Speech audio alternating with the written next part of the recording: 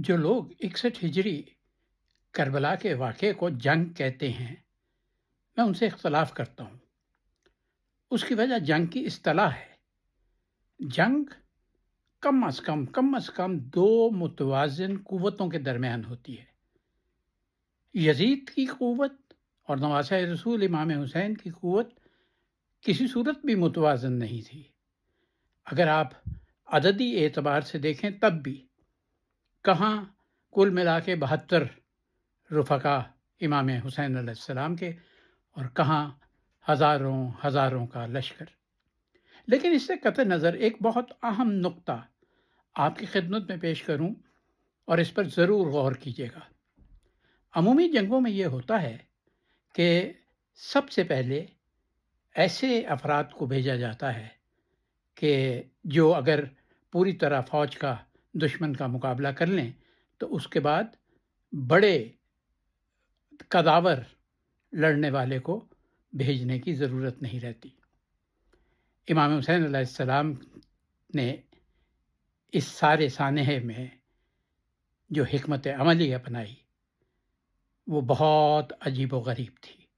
شاید اس کے بعد کائنات کی کسی دو طرفہ جنگ میں یہ حکمت عملی دیکھنے میں نہیں آئی۔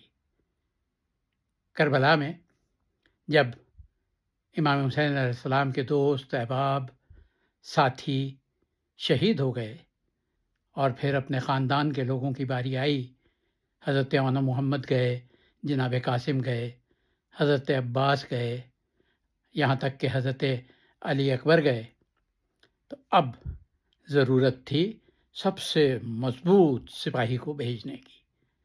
تو ذرا ایک لمحے کے لیے امام حسین علیہ السلام کے مضبوط ترین اور سب سے زیادہ قداور اور سب سے زیادہ تنومند سپاہی کو دیکھیے۔ اس سپاہی کی عمر ہے 6 ماہ۔